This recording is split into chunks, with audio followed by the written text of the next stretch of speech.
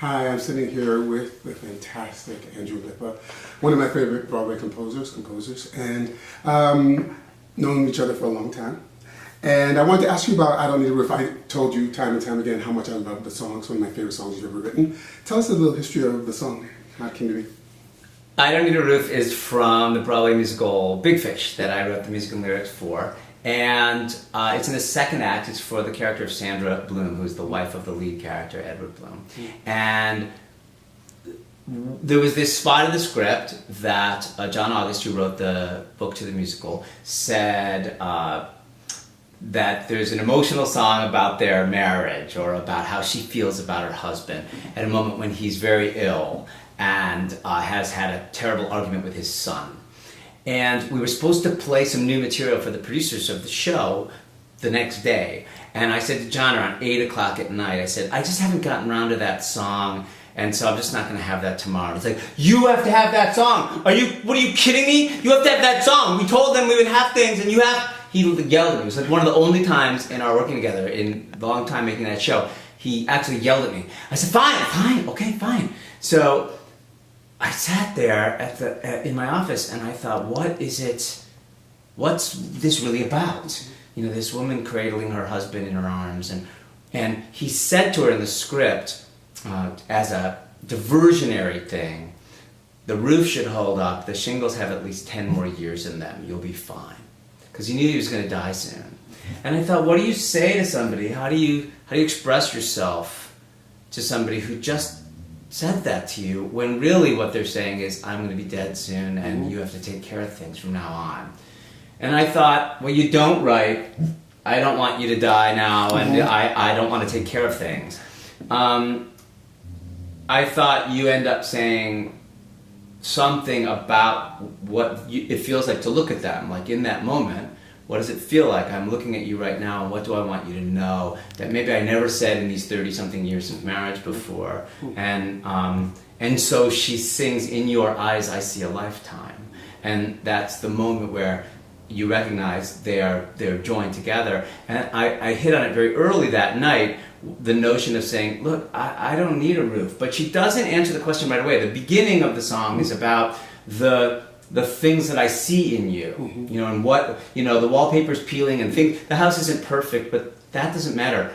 I don't need a roof to know I'm covered.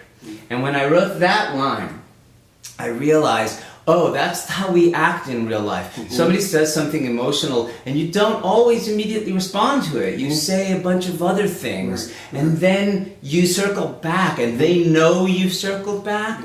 And so I did it, and I wrote it that night, and I played it for John at the end of that night. It was late that night, and I called him. I said, okay, fine, you know, this is the song.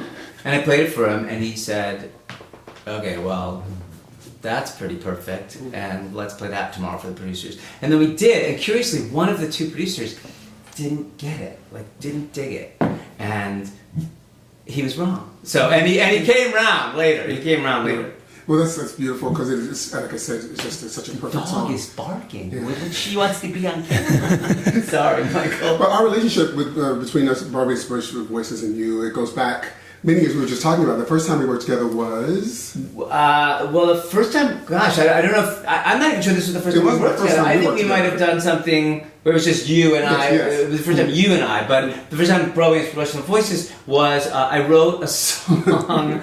for Legally Blonde 2, I'm sure you all know it, the sequel to the movie. Yes, oh right, Red, White, and Blonde. Yeah. And it was a song, she sings a 5-second thing, a sorority song about the Snap Cup, which is this thing that got passed around, and there was like you pull out pieces of paper from it that had inspirational things on it. And the song was called Snap Cup Time, and Reese Witherspoon sang it a cappella in the middle of the movie to the people she worked with, and Sally Field, I think, was the senator.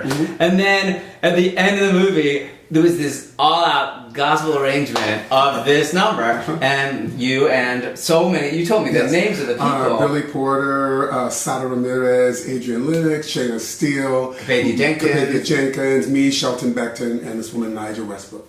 Like what an all-star cast, and it was an ensemble thing, but it was the craziest, like tongues out all the way, kind of crazy arrangement that Joe Joubert did this amazing arrangement, and we put it all together in the studio one day, and we gave it to the movie people and said, here, and they put it in the movie, so that was crazy. And then the second time was The Little Princess. Little Princess, yeah, that was wonderful because we made the Little Princess recording, and we did that recording in a very curious way.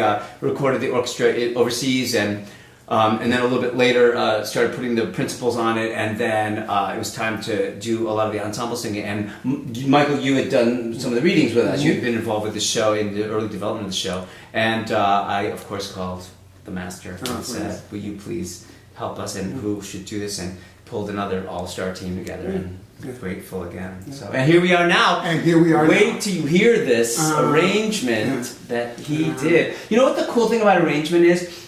There's interestingly in my life, involved in various support organizations and other things like we all do in the Broadway community.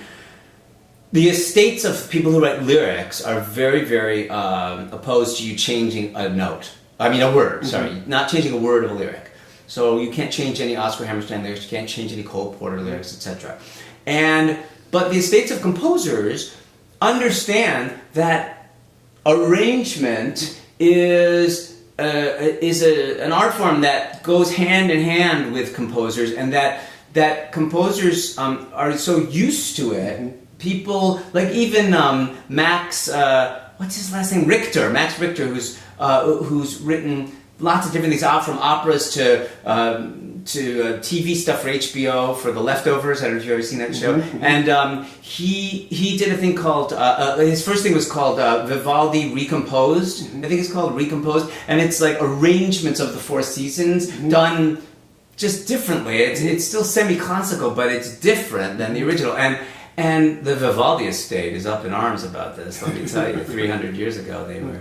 But the notion that composers throughout history have had arrangers who have then taken what they've done, it in one form, and then somebody else does it very differently. And so that's been exciting for me. Michael was inspired by the song and has made this extraordinary version of it.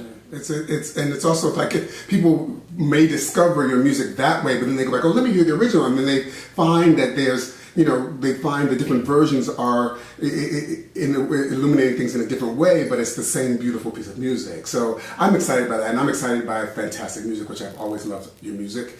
The minute I heard this song, I was like, I want to do this song. There's just something about it that just really affects me deeply. So I thank you for allowing us to do that. Thanks for doing it. Yeah, thank you so much. That's it.